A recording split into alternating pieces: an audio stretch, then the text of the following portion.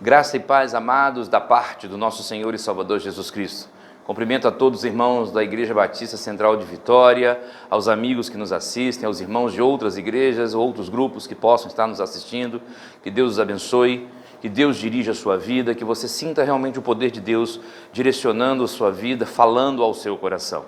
Estamos em sequência de exposição no livro de Salmos, e agora estaremos expondo o Salmo de número 2. O Salmo de número 2 aponta para duas realidades do ser humano: o seu pecado e a oferta de Deus. O pecado da humanidade e a salvação que vem do Filho.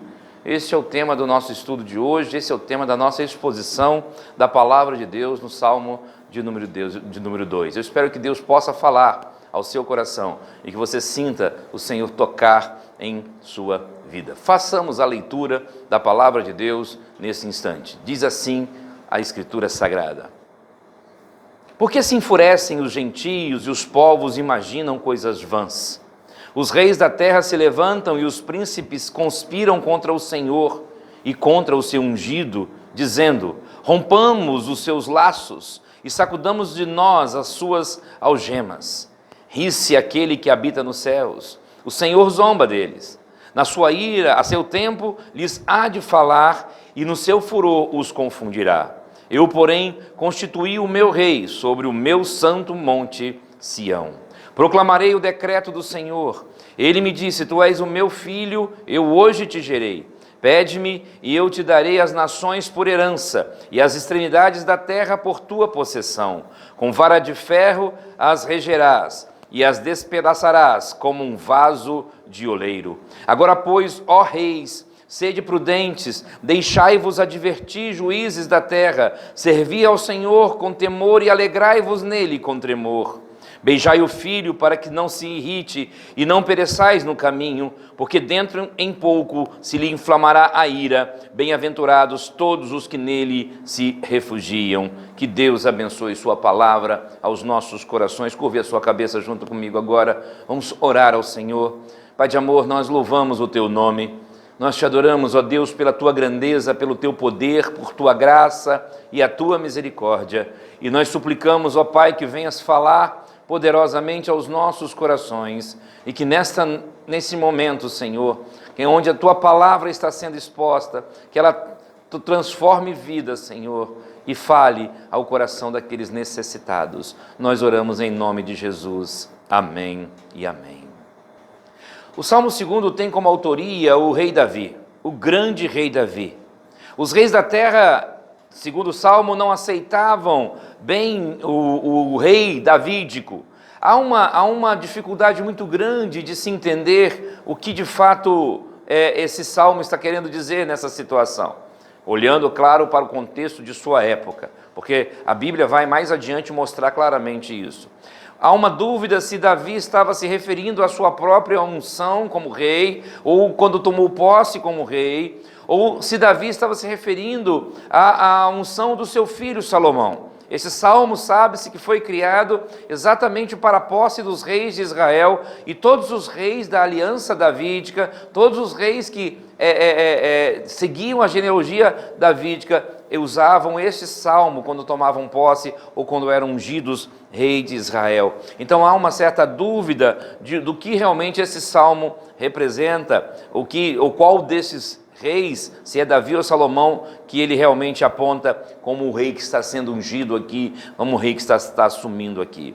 Esse salmo então foi usado na entronização de todo rei que pertencesse à dinastia davídica. Ele é considerado um salmo real ou um salmo messiânico. Ele aponta para o Messias, ele aponta para o rei Jesus, ele aponta para o grande rei que é filho de Davi, raiz de Davi, filho da nação de Israel, aquele que é o leão da tribo de Judá. Jesus é apontado nesse salmo, e no Novo Testamento alguns textos, nós veremos mais adiante, apontam para esse Jesus, apontam para Jesus como cumprimento deste salmo. Como nós falamos, acredita-se que Davi tenha feito este salmo depois da sua unção, ou com a possibilidade de tê-lo feito para a unção do seu filho Salomão. É difícil nós determinarmos aqui.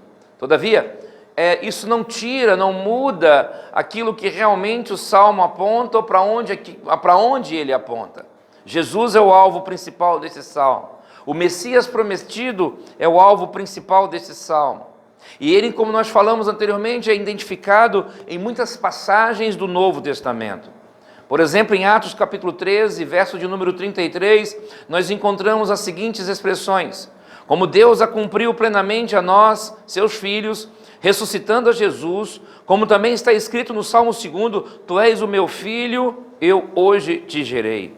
Repare bem que o texto está citando exatamente o Salmo 2, o Salmo 2, exatamente o Salmo que aponta para Jesus, o Salmo que aponta para o Messias prometido. Outros textos mais no Novo Testamento vão fazer essa mesma referência, ou essas mesmas citações, como Hebreus, capítulo 1, capítulo 5 e o próprio livro de Apocalipse. Podemos dividir esses salmos em 4 partes bem distintas. A primeira parte fala do pecado da humanidade. Todo pecado é contra Deus, versos de 1 a 3. A segunda parte mostra a soberana vontade de Deus prevalecendo sempre, ou sempre prevalece, versos de 4 a 6. A terceira parte fala da unção do Messias, versos de 7 a 9. E por fim, fala de um compromisso exigido diante dessa unção, diante da elevação do Messias como Rei das Nações, versos 10 a 12. Vamos começar então fazendo essa primeira análise. Todo pecado é contra Deus. Se tem uma coisa que o ser humano tem dificuldade de entender, é que quando ele tem na sua mente a ideia de Deus, Deus não é segundo aquilo que nós concebemos, segundo aquilo que nós acreditamos. Deus é um ser supremo, é um ser todo-poderoso, é um ser onisciente, é um ser onipotente. Davi inicia mostrando que todos nós temos uma espécie de indignidade para com Deus, começando pela indignação da unção do próprio rei Davi. E isso aponta para o sentimento do ser humano para com Cristo. O ser humano, de um modo geral, rejeita Jesus. O ser humano, de um modo geral, rejeita a mensagem da cruz, rejeita Jesus como Senhor e Salvador de sua vida. Outra coisa que esse salmo mostra, que Davi nos mostra, é a rejeição que vem não apenas dos reis, dos poderosos, mas de toda a humanidade. As expressões que Davi usa mostram claramente que o pecado é um problema do ser humano. Não apenas de uma questão social, não apenas uma questão de um determinado grupo, não apenas de uma questão de um determinado modo de pensar, mas é um problema do ser humano. O ser humano é pecador por si só. O desejo do ser humano, o desejo inerente ao ser humano ou do ser humano é viver independente de Deus. Então, quando nós lemos no verso de número 3, rompamos os seus laços e sacudamos de nós as suas algemas, significa o desejo que todo ser humano tem de se libertar de Deus. Isso vale para mim, isso vale para você. A ideia aqui é o rompimento com a lei de Deus, é o rompimento com as cadeias, com as cordas que a lei de Deus coloca no homem, porque o homem pensa que assim, sem a lei de Deus, ele pode ser mais livre. Então, meu amado e minha amada, todo pecado que nós cometemos é contra Deus. Mesmo que você fale com o seu cônjuge, mesmo que você fale com o seu melhor amigo ou amiga, mesmo que você fale com o seu colega de trabalho, o primeiro ser que foi atingido foi o ser de Deus. Davi, em outro salmo, vai dizer: contra ti somente pequei, ó Deus. E Davi fala isso após cometer homicídio, após cometer adultério, mas ele sabia que tudo isso que ele cometeu, mais do que agredir a pessoa, mais do que agredir outro ser humano, primeiramente ele agride a lei de Deus.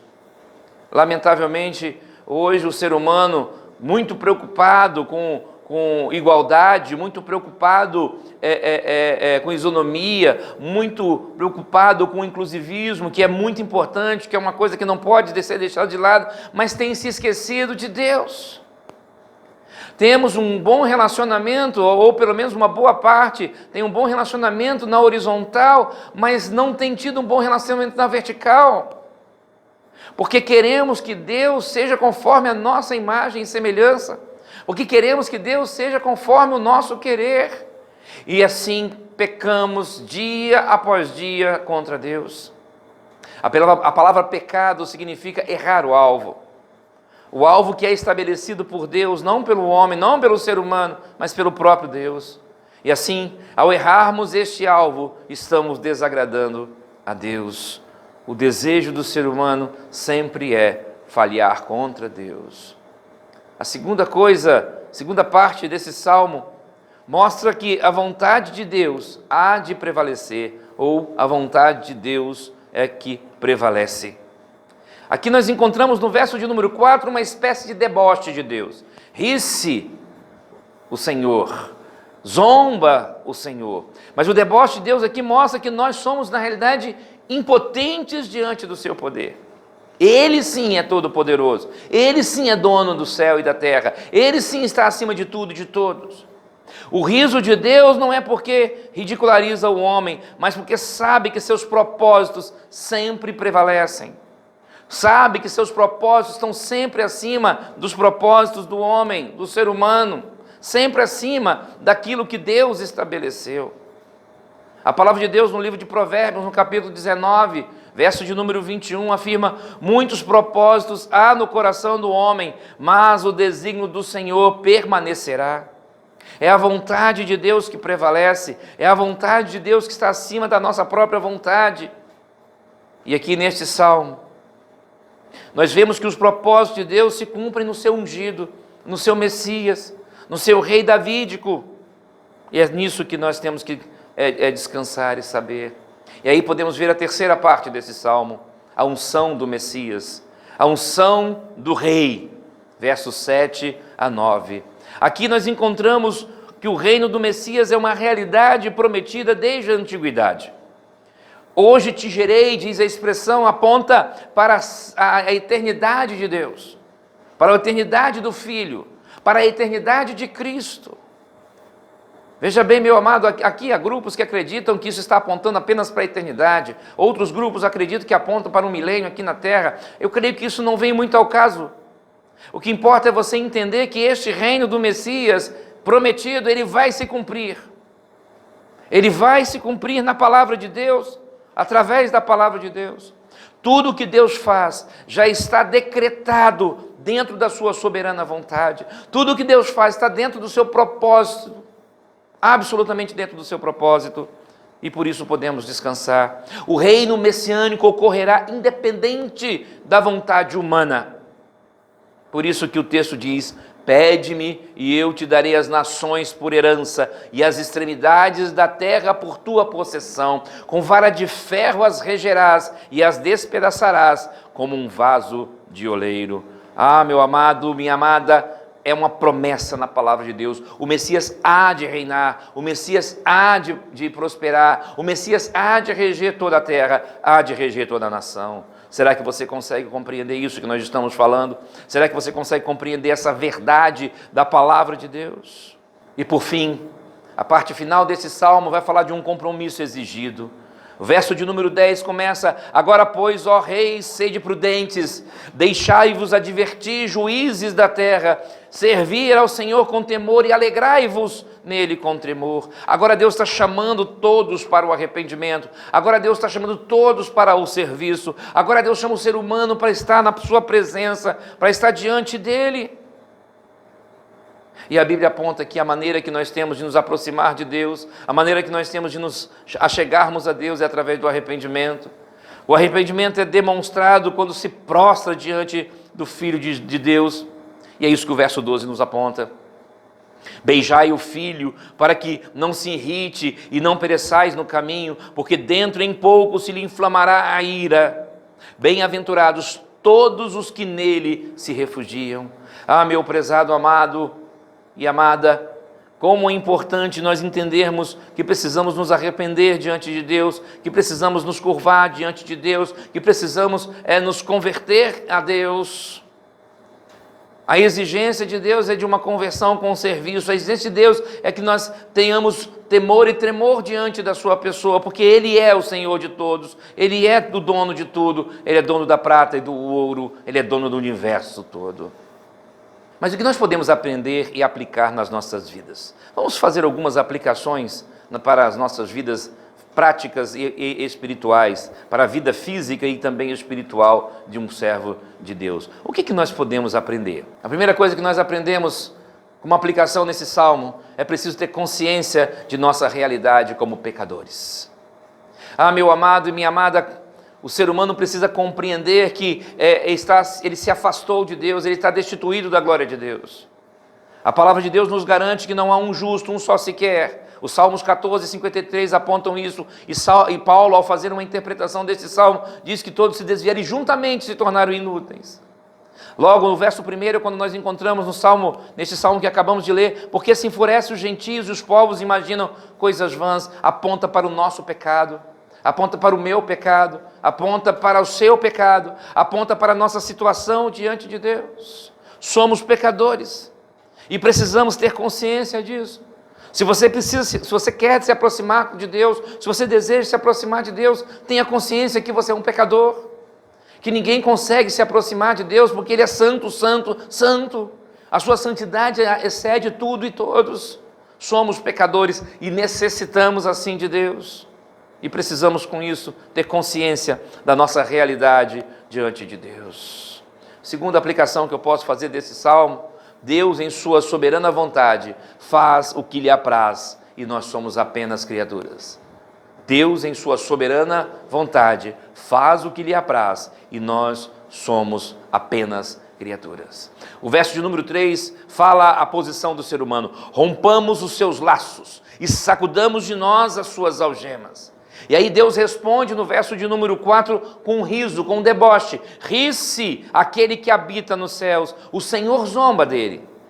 Ah, meu amado, aqui aponta exatamente para a soberana vontade de Deus e para a inutilidade do ser humano diante de Deus, diante da grandeza de Deus, diante de um universo tremendo, diante de um universo enorme criado por um Deus tremendo, cujo o ser, a própria Bíblia diz que nem os céus e os céus dos céus podem conter a sua glória. Diante de um ser que está acima de tudo e de todos. Logo, meu amado, o homem pode fazer o que quiser, o homem pode construir o que quiser, tentar criar o que quiser, mas Deus, soberano, criador, onipotente, onisciente, Ele é que comanda tudo e a vontade dEle sempre prevalece. Pense nisso. O homem tem criado coisas, o homem tem inventado coisas, mas aí, por mais grandiosas que sejam estas coisas, por mais tremenda que sejam estas coisas, vem uma criatura, um ser invisível ao olho nu, e consegue matar pessoas, destruir pessoas, porque na realidade o homem é apenas uma criatura. O homem não passa de um ser criado, e não tem como ele conseguir vencer tudo isso. Se Deus quiser destruir a humanidade, Ele vai fazer. Quando Jesus voltar na sua ira, quando Jesus voltar na sua segunda vinda, virá com a sua ira, e não há ninguém que poderá detê-lo, não há ser humano que pode detê-lo, não há cientista que pode detê-lo, porque Deus, em sua soberana vontade, faz o que lhe apraz, e nós somos apenas e tão somente suas criaturas. Terceira aplicação que eu posso fazer: Jesus é o Filho prometido que vem para salvar e julgar. Verso de número 6 diz: eu, porém, constituí o meu rei sobre o meu santo monte Sião. O rei aqui tinha um papel muito importante. O rei naquela época tinha um papel fundamental para o andamento de uma nação. Ele tinha o papel de julgar, ele tinha o papel de reger, em algumas situações ele tinha o papel até de criar as leis. O rei tinha o papel fundamental para a existência de uma nação e de um grupo. Aqui, quando nós olhamos para o Filho prometido, que vem para salvar e julgar, é porque ele agora vem como rei. Agora ele vem como soberano. E a Bíblia diz que ele já é soberano em si só. A Bíblia diz que desde a antiguidade ele é o Pai da eternidade, o príncipe da paz. A Bíblia diz que o Verbo se fez carne, mas antes do Verbo se fazer carne, no princípio ele estava com Deus, e no princípio ele era Deus. Meu amado e minha amada, entenda uma coisa. Jesus ele veio ao mundo agora como uma espécie de advogado, mas ele vai voltar, e quando ele voltar, ele agora volta como juiz. Agora nós estamos dando a oportunidade, agora ele está oferecendo a oportunidade de você ter uma experiência com ele, de você ter uma salvação com ele, de você se arrepender dos seus pecados, de você se curvar diante dele. Mas quando ele voltar, na sua ira, como diz o texto que nós lemos, ele virá para julgar, ele virá para consumar todas as coisas. Então ele vem para salvar e julgar. Salvar aqueles que se entregaram a ele, aqueles que se arrependeram dos seus pecados, aqueles que confessaram Jesus como Senhor e Salvador de suas vidas. Estes, eles hão de ouvir: vinde, bendito do meu Pai, possuí por herança o reino que vos está preparado desde a fundação do mundo. Por outro lado, ele há de julgar e condenar.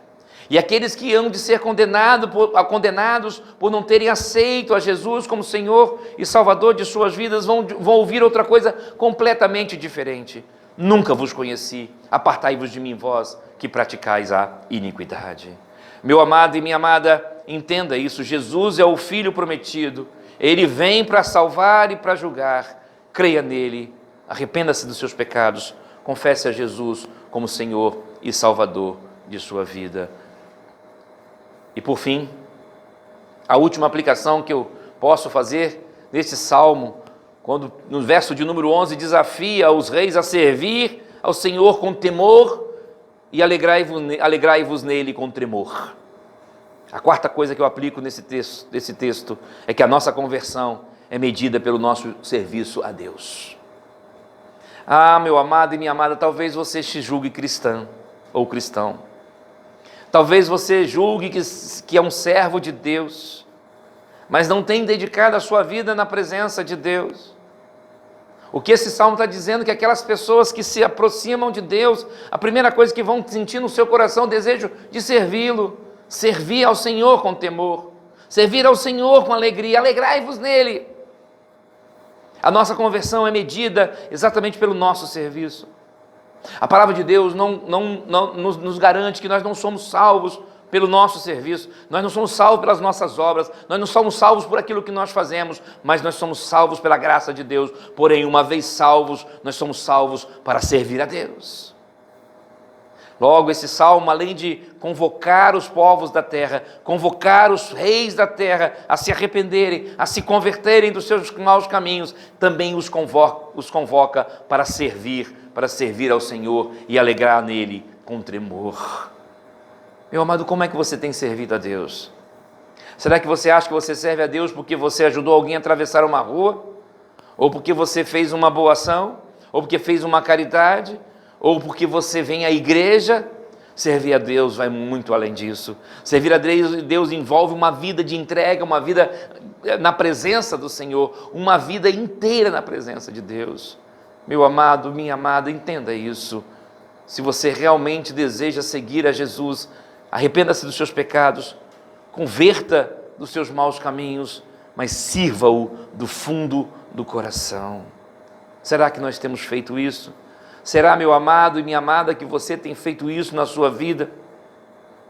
Você realmente tem buscado servir a Deus?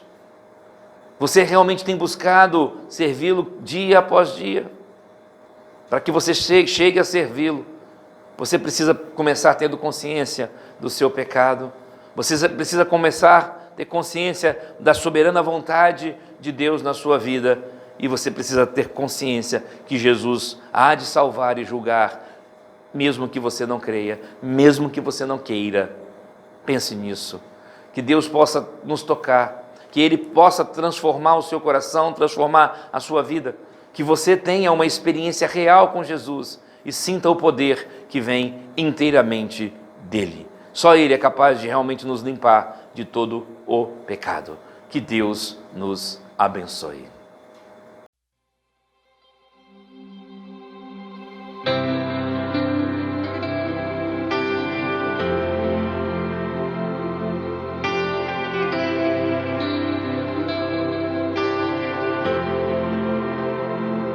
Nossa esperança em Cristo está, rocha que prevalecerá.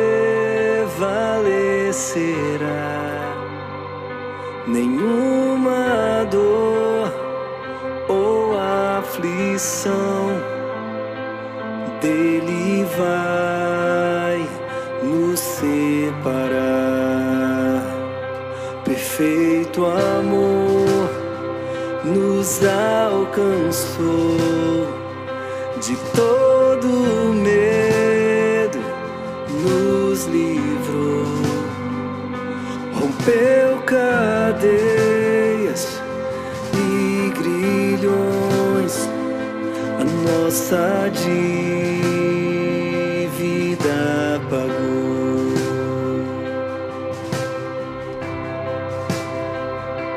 Nossas vozes em louvor expressam toda a gratidão por toda a graça e amor, liberdade e salvação.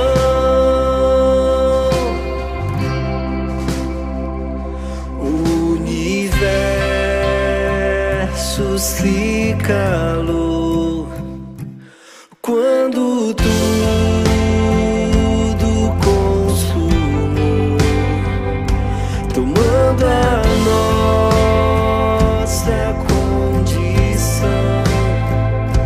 Aquele que nunca pecou, a esperança então brilhou, pois a cruz não o derrotou, venceu a morte, a maldição. Jesus em glória ressuscitou, Ele ressuscitou. Nossas vozes em louvor expressam toda a gratidão por toda a graça e amor, liberdade e salvação.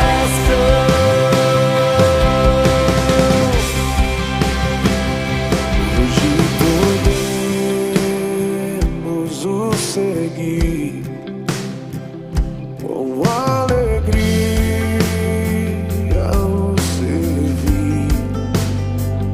Nosso trabalho não é vão, a recompensa está por vir. Ele virá, Ele voltará,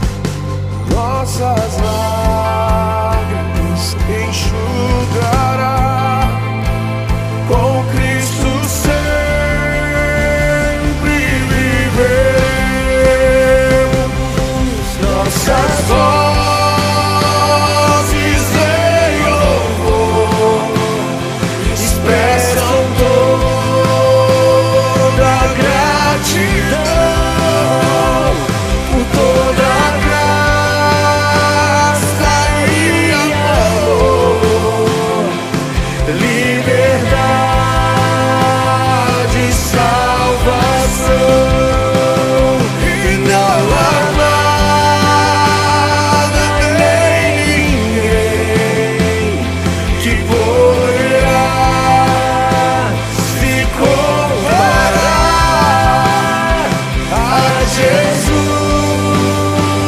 o grande Rei, esperança eterna.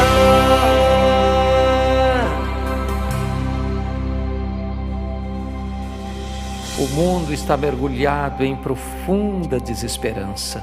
Há guerras entre as nações e dentro das famílias. Neste cenário cinzento de dor, Jesus se desponta como a nossa esperança. Ele desceu do céu para nos arrancar das trevas para a luz, da escravidão para a liberdade. Ele venceu a morte para nos garantir eterna redenção. Em Jesus há pleno perdão. Só na presença dele há plenitude de alegria. Ele agora mesmo pode transformar sua vida. Creia nele e você terá a vida eterna. Viva para ele e você receberá uma vida maiúscula e superlativa, agora e eternamente, pois Jesus é a nossa esperança.